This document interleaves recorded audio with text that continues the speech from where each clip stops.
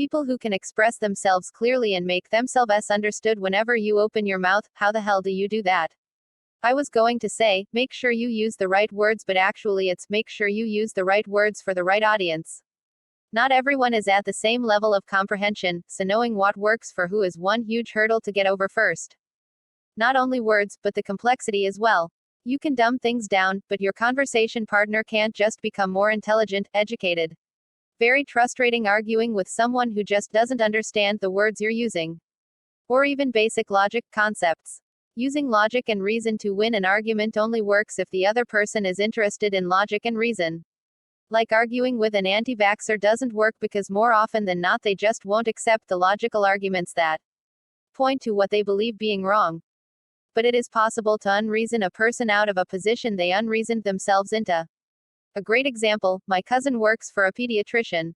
One woman didn't want to get her son vaccinated because vaccines are a conspiracy. The doctor's solution. Or the talk about vaccines being bad is a conspiracy to compromise our health and well-being.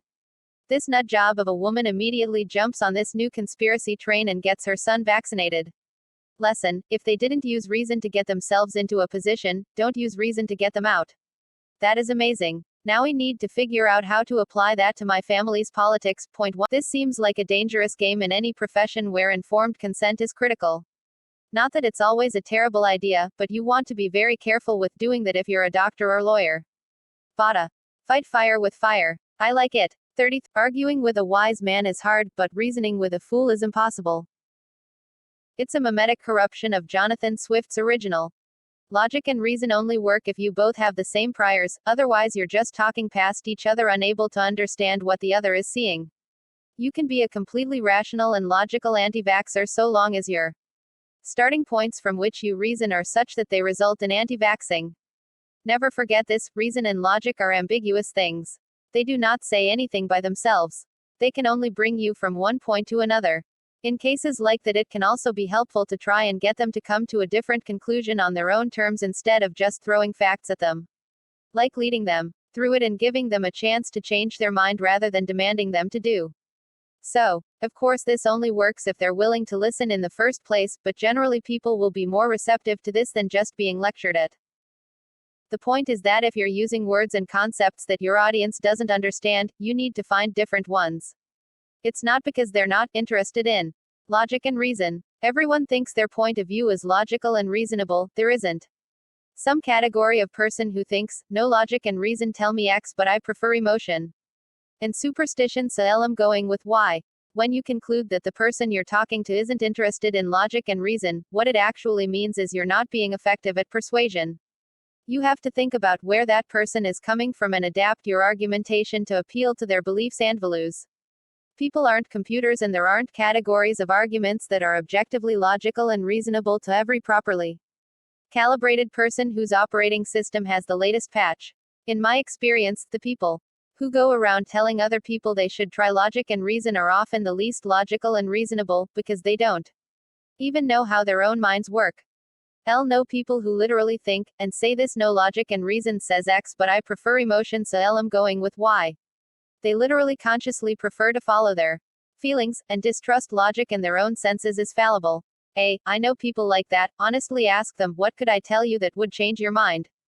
For me to change my mind, all you'd need to do is less than tell them actually what would change your mind, greater than, if anyone says, nothing can change my mind, in any different set of words such as there is no proof, or I had X happen, or whatever, then you can just be polite and tell them that since there's nothing that will change their mind, you would rather not talk on this point and spoil relationship with them, since you're honestly open to changing your mind, but a one-sided affair and might cause unfairness. It is better to think of it as conveying information in a way that fits the audience's experiences instead of their level of intellect. I know a lot of smart people who just don't have any experience with computer technology that can understand computing concepts explained using a comparison to something they know. Also, if you're dealing with people who speak multiple languages, it's better to use a common word than a less common word with more perfect nuance. I adore obscure words and extremely precise words, but my boss is a polyglot. English is her fifth language. My preferred phrasings are going to create confusion. I've learned to avoid flourishes in language. Avoid weary, wary, and condemn, condone, as people tend to misunderstand with alarming Frequency. Well said. I work as a software developer, and sometimes, a non-technical person will ask a coworker a question. They will give a 10-minute speech about the history of the answer. I usually have to interrupt them, give the person a 7-word answer, and they're usually satisfied and walk away.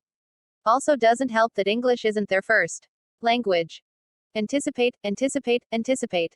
I used to be a debater, and 7/10 you can be hard better if you anticipate other person's comprehension skills without sounding patronizing. It is once you practice anticipation that you get better at articulation. Finally, not all situations are good for anticipation because you have to sometimes react too. In those cases, I tend to pause more. Sometimes. I'll avoid eye contact as a way to improve my thinking because eye contact makes my brain short-circuited. Reading what you said, I suddenly realized that I have the habit of giving unnecessarily detailed explanations, and I am now feeling guilty about it. I'm a UX designer, and had a presentation about possible ways to improve the user flows for completing a Serrano task. Been working with the client for a few months on it, and he asked me to present to the rest of the team. For the most part, I didn't get questions or comments. Well, as it turns out, I was presenting to the sales team and not the dev team. I learned couple of things from that experience. 1. Always ask who you'll be presenting to. In my case, I've been working head of dev, so when he said, my team, I assumed he was referring to his dev team. 2. Not everyone in the company is familiar with the products they sell.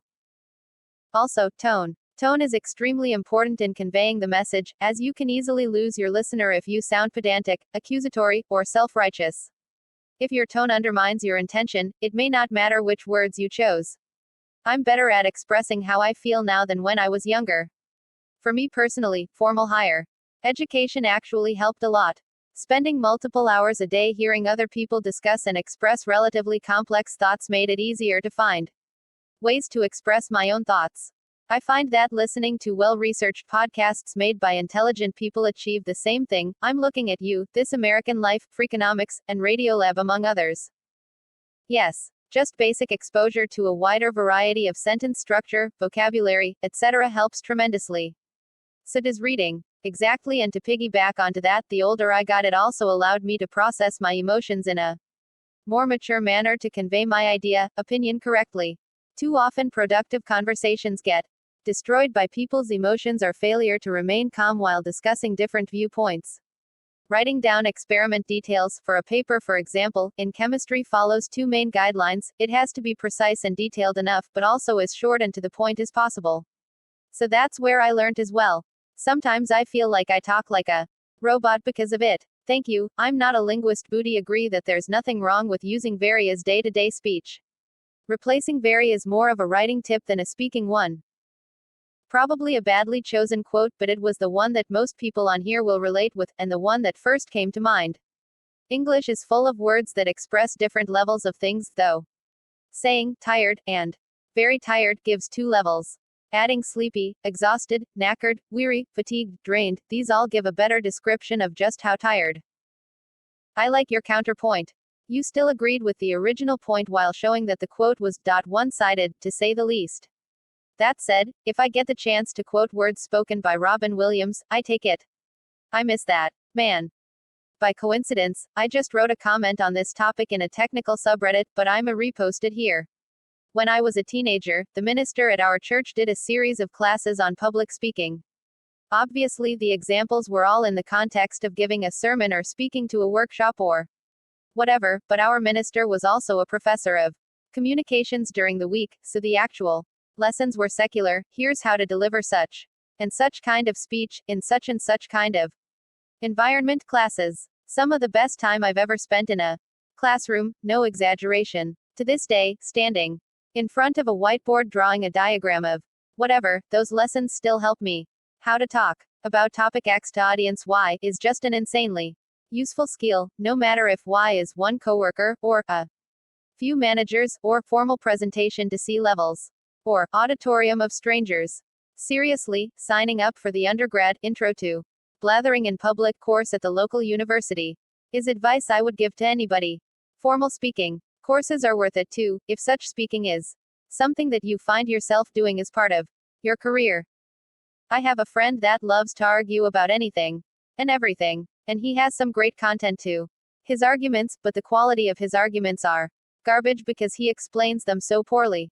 If he's arguing with someone else, oftentimes I have to help translate what he's saying into normal English so his argument can actually hold its own. So practice doesn't always help. I too know people that argue a lot, but they aren't debating. They aren't practicing. They're not actively trying to get better at saying their points in an effective manner. Just about everyone can ride a bike, right? But those that take it serious train, they practice, and for that there is a payoff being a better rider. Know what I'm savin'.